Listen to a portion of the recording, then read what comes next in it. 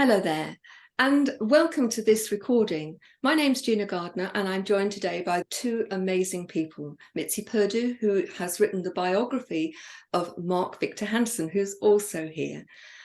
I'm sure most of you will be familiar with the book Chicken Soup for the Soul, which was written by Mark Victor Hansen. Mitzi has written the most amazing biography. It's full of richness. In one of the other videos, we were exploring the fact that Mitzi is donating every cent of the royalties of the book for humanitarian aid, and very specifically to help those in the Ukraine, and particularly those who are being trafficked. She has a huge wealth of experience of supporting people and programs to help those who are in need. You know, in my own little way, I'm helping because I'm hosting a Ukrainian who's come over from the Ukraine, escaping the war. She arrived in May. Yesterday was her 6 months in England. She arrived with a suitcase, her whole life in a suitcase. She didn't know me. We'd had one conversation on WhatsApp. Not a lot of conversation because she knew hello, goodbye, please, thank you, and yes, and no, 6 words. It was a leap of faith for her to come. She didn't know who I was. And it was a leap of faith for me to open my home to her. It's been a huge privilege, and I've enjoyed being with her and helping her. But one of the things that's become very immediate is the fact that she's got friends and family back in Ukraine and what's going on there. Last Thursday, the first day of really thick snow, also coincided with the day when there was bombing going on and the electricity supplies went out. Her sister lives in a flat on the 14th floor. The pumps don't work, so no water, no sanitation. Once her mobile phone has given up, no way of communicating. Now, I've just got a tiny bit of knowledge, but Mitzi, I know that you've been over to the Ukraine and you've spoken to the powers that be there. So what's your take on this, and why is it that you have decided to give all of the royalties of Relentless to help the cause?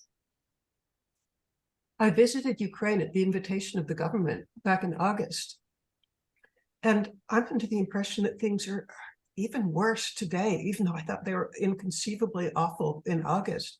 I talk almost daily with people in Ukraine.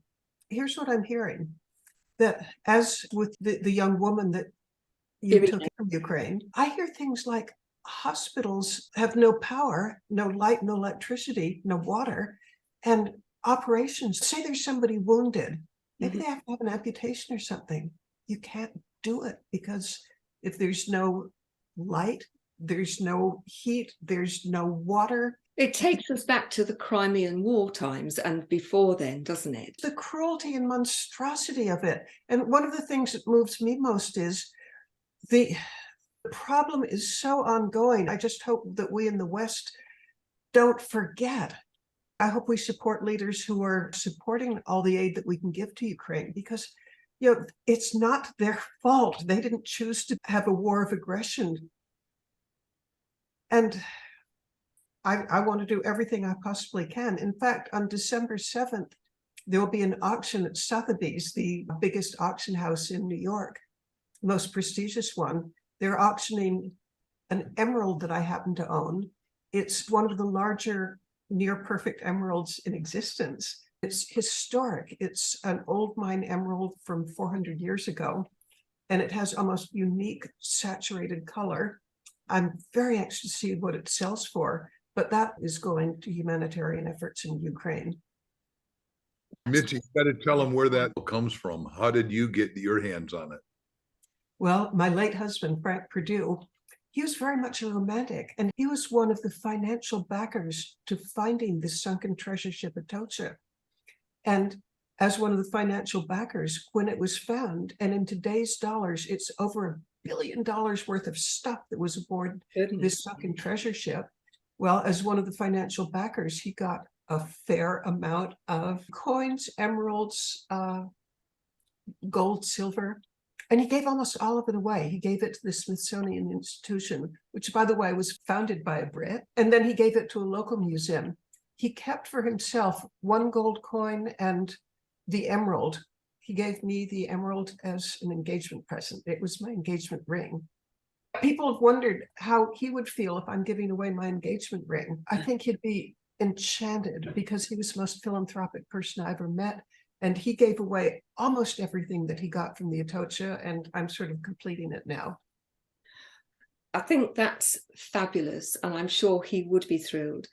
Mark, you know Mitzi well. What are your thoughts about, first of all, what she's doing, and about how we as the general population can do anything positive around the strife and the wars and the difficulties that are going on around the world? Okay, so when I was in graduate school, I was with Bucky Fuller, who was in World War I and trained by Winston Churchill himself to be an admiral. And he said, you know, as an American, that either war is obsolete or man is. And if that's true, then we got to go out of weaponry and into livingry. And we're talking about elevating states of consciousness and states of awareness, that war doesn't need to happen. And that the first time we can do some stuff that no one's ever done before, and we can stop this crazy, idiotic war. That's number one. Off camera, before we got on, the question Mitzi asked is, how do we get electricity and heat back in?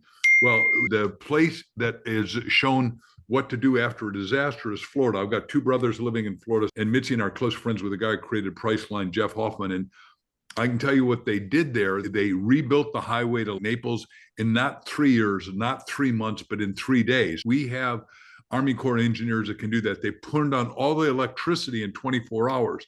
And it was totally destroyed by this horrific hurricane that had winds of 156 miles an hour. I am saying we can do the same thing once the war is, which I'm told today, and Mitzi and I talk about this kind of stuff every day, but I don't know that it's public information that purportedly Putin is out of ammunition. So if that's true, then it's a little hard to run a war without weaponry and ammunition. So the fact of the matter is, we have the mind power to go back in there. And you got my hero, Elon Musk, saying, look, I got satellites over, we can turn back on the communication in ways that no one ever thought of before. So it's the best of times and worst times, common. What I teach is your attitude. If we have an attitude of gratitude, like we talked about before, and so for the first time in human history, we can elevate the consciousness out of war and into taking care of all those Ukrainians, because Ukrainians, just the farmers, which Mitzi and I have talked about a lot, and I've done a whole show on YouTube on Ukraine, they grow a quarter of all the food needed for at least Europe. And Mitzi, who has been on the board with 40,000 farm women, can do these numbers a lot better than I can. But we need to get that back. We need to get out of war. We need to get into feeding everyone. We need to raise everyone's education, living standard education, and get fuel flowing again everywhere in the world. Is got to get out of political vested interest and me being me, meaning somebody in the energy business, being greedy, pushing a politician to do acts that are atrocities to lots of humans, and say, hey, wait a second, every human that's alive, 8 billion of us, are important, and we got to start looking at them as important. I better let you have Mitzi hitchhike on that. Well, I couldn't agree with you more. Mitzi, before we bring this video to a close, what are your thoughts about what Mark has just said? Thinking about the war, and dear heaven, may it come to an end soon. If it's not running out of ammunition, I hope somebody figures out what to do about Putin, because I don't think you can have a fruitful negotiation on peace with him, because this is a man who doesn't keep his word. What do you do if he promises, as he's done many times in the past, including in 2014, when the first Crimean War, of the current battles that have been going on? I mean, he made all sorts of promises. He hasn't kept a one. So I just hope somebody in Russia figures out that he's not the person to be leading the country there. You know, it strikes me that we need leaders worldwide who lead with integrity, compassion, and courage. Certainly that's my mission in life, is to help leaders become enlightened about how they lead themselves first and others.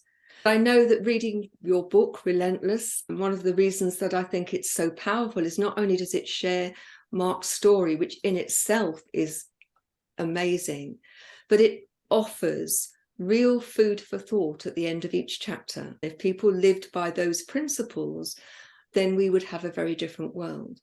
I know that reading Chicken Soup for the Soul, that's really a blueprint to live a successful, happy, fulfilled life. And I think if we put both those books together, that you have a recipe for a world that is a much happier, more hopeful, more compassionate and loving place. So if you're watching this, I really urge you, go and buy both books. They are phenomenal reads. And if you just take one or two of the principles that are within each, and you apply that consistently to your life will change significantly for the better. And my hope as we leave this video is that the lives of the people in the Ukraine will significantly improve very soon.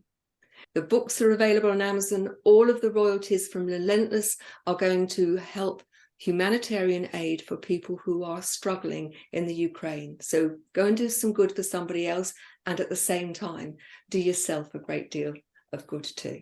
Thanks for joining us. Bye-bye now.